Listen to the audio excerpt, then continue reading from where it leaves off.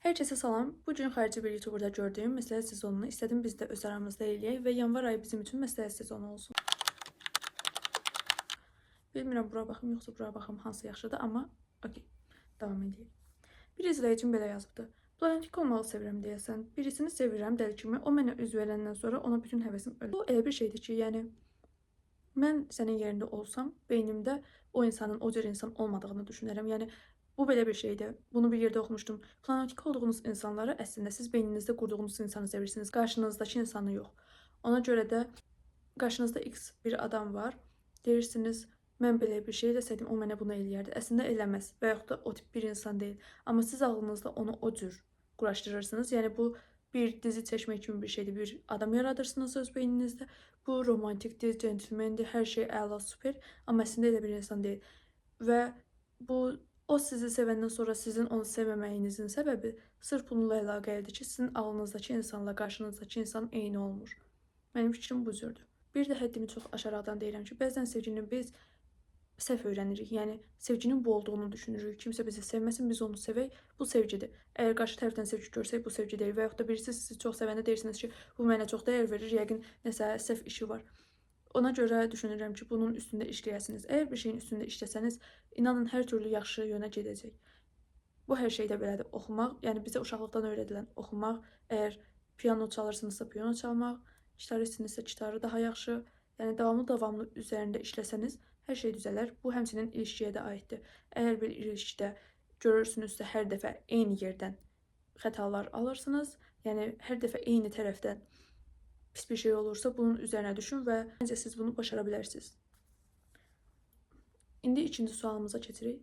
Qızla oğlan dostluğuna inanıram, amma sevgilim hər zaman deyir ki, sən oğlan beynini bilmirsən və sənin oğlan dostun olmamalıdır. Bu haqda belə bir şey deyə bilərəm. Mənim hal-hazırda oğlan dostum yoxdur. Sadəcə sinif yoldaşlarım var, məktəb vaxtından oxuduğum, amma mən 4-cü kursam universitetdən. Yəni 4 ilə dost deyə biləcəyim bir insandan tanış olmadım və yaxud da necə deyim, sinif yoldaşlarımla da hər dəfə görüşmürəm, amma görsəm təbii ki, salamım, sağ olun var. Amma sənin bir ilişkin vardısa və ilişkindəki insan deyirsə, qız oğlan dostluğu olmur falan filan, bir kafasında çox qura bilən bir insan ola bilər. Bir də belə bir şey ola bilər ki, həqiqətən də sənin oğlan dostunun səndən xoşu gəlir. Çünki baxın, hər türlü mən burada oğlanların tərəfini tuturam demək deyil bu. Belə bir şey olur. Sən əvvəlcə dost olursan, oğlan dostunun səndən xoşu gəlir, sonra belə bir şey olur ki, alınmırsınız da, siz dost olmağa davam edirsiniz. Əgər sənin bir gün belə olsa, deytə çıxdığın bir oğlan varsa, o sonradan sənin dostun ola bilməz. Bu mənim öz fikrimdir, amma həmişə oğlanlar deyir, bizim beyinlərimiz fərqlidir. Təbii ki, bunu hamı bilir ki, bizim beyinlərimiz fərqlidir, amma mən demirəm onlar üstündür. Sadəcə onların duyğusal tərəfi yoxdur, amma az bir tərəfdə belə bir şey var ki, mən bundan bir dəfə deytə çıxmışdım və yaxud da mən buna içimi açmışdım. Və indi mən buna necə dost qalım? Çox balaca bir şey onu ümidləndirəcək. Ona görə mən də düşünürəm ki, əgər ilişkin vardısa, oğlan dostlarına sərhəd qoya bilərsən. Amma bunu təbii ki də ən yaxşı siz bilərsiniz. Bəzi sevgililər də var ki, sırf toksiklik üzərindən yürüyüb, yəni ətrafınızdakı bütün dostlarınızı sizdən uzaqlaşdırır, sonrası zaten bərbaddır. Toksik ilişki yapmayın. İndi üçüncü sualımız. Podruqam və sevgilim arasında qalıram. Podruqalarımın hamısı deyir ki, sevgilin olmazdan əvvəlki kimi səni istəyirik, sevgilim isə deyir ki, mənə daha çox vaxt ayırmalısan. Bunu dengələyə bilərsən. Yəni, baxın, qızlar, belə bir şey var. Dostunda toksiki var, sevgilinin də toksiki var. Əgər dostların sənin toksikdirsə, deyirsə, ancaq məndən danış, ancaq məndən vaxt keçir. Bu da toksiklikdir, əslində bir növü. Və sevgilin də normal olaraq səndən vaxt keçirmək istəyir. Baxın, bu çox qəribə bir situasiyadır. Mən sizin yerinizdə olsam, İki tərəfə də başa salaram ki, mənim əvvəlcə belə bir dostlarım olubdu. Mən həftənin 3 günü bunlarla olmuşam. İndi 4 gününü sənə sadəcə ayıra bilərəm.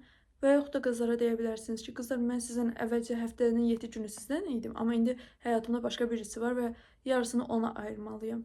Bunu danışaraq çözməlisiniz, çünki hər kəsin yaşayış stili fərqlidir.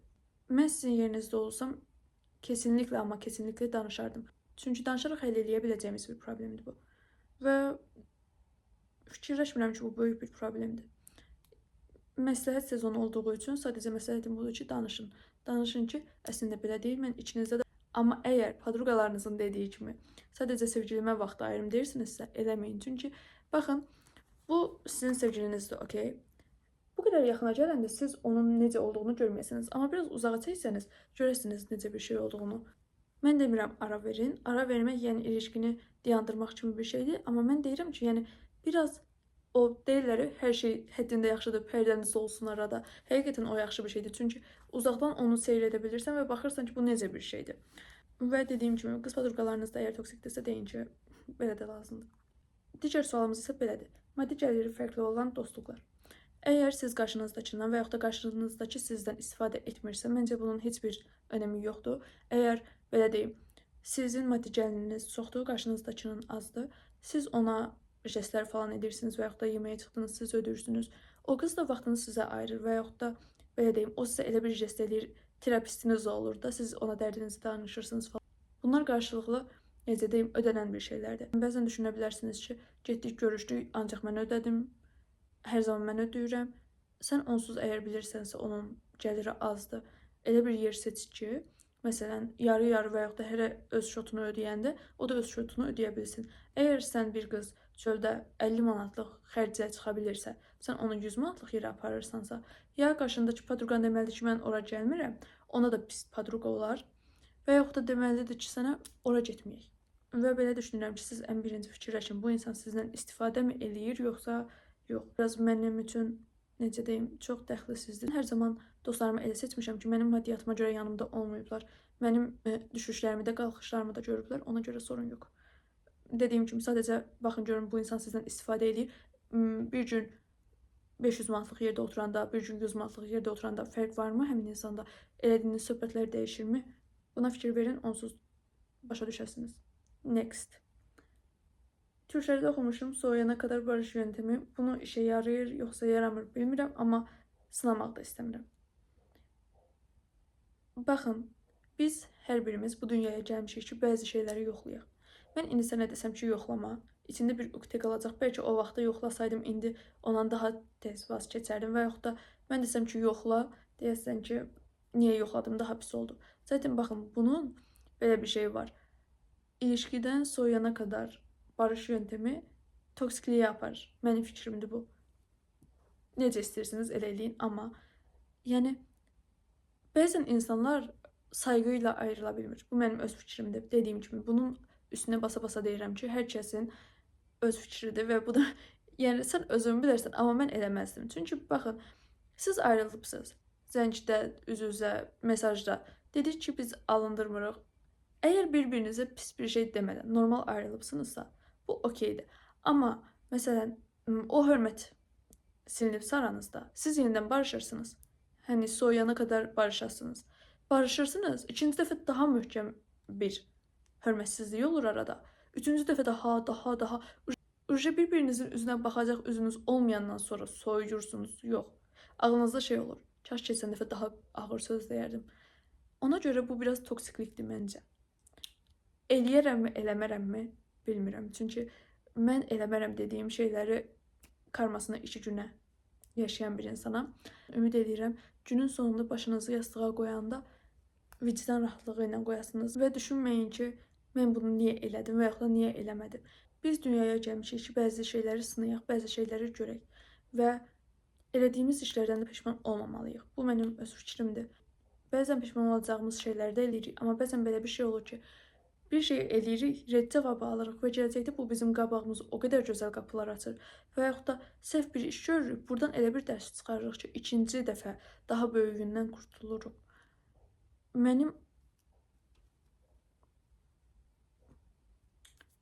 Ona görə də çalışın bu həyatda peşman olmayacağınız şeylər və gözəl şeylər yaşayın. Takipçim az olduğuna görə hələ ki az bir suallarla ancaq danışa bilirik. Ümid edirəm, gələn dəfə daha çox suallar olar və daha yaxşı mövzular danışarıq. Ümid edirəm, bugün mənə yazdığınız problemlər gələn videoma baxanda olmaz. Hər birinizi çox sevirəm. Bugün video çəkəndə əslində 13 yaşlı Ayseli sevindirdim. Çünki canlı yayın açmışdım bundan əvvəl makyaj eləyəndə YouTube üçün. Dedim ki, əgər 13 yaşlı Aysel bilsəydi ki, onun imkanı var və YouTube üçün video çəkmir, çox pis olardı. Və gələcək mövzularından biri də istəyirəm universitet olsun. Universitetimiz qız-qıza söhbət və yaxud da sizin istədiyiniz hər hansısa bir şey. Hər biri mənim üçün çox maraqlıdır. Ümid edirəm yorumlarda bunu bildirərsiniz. Hər birinizi çox sevirəm. Hər biriniz mənim üçün dəyərlisiniz. Instagramdan məni takip etməyi unutmayın və abunə olmağı unutmayın. Sağ olun.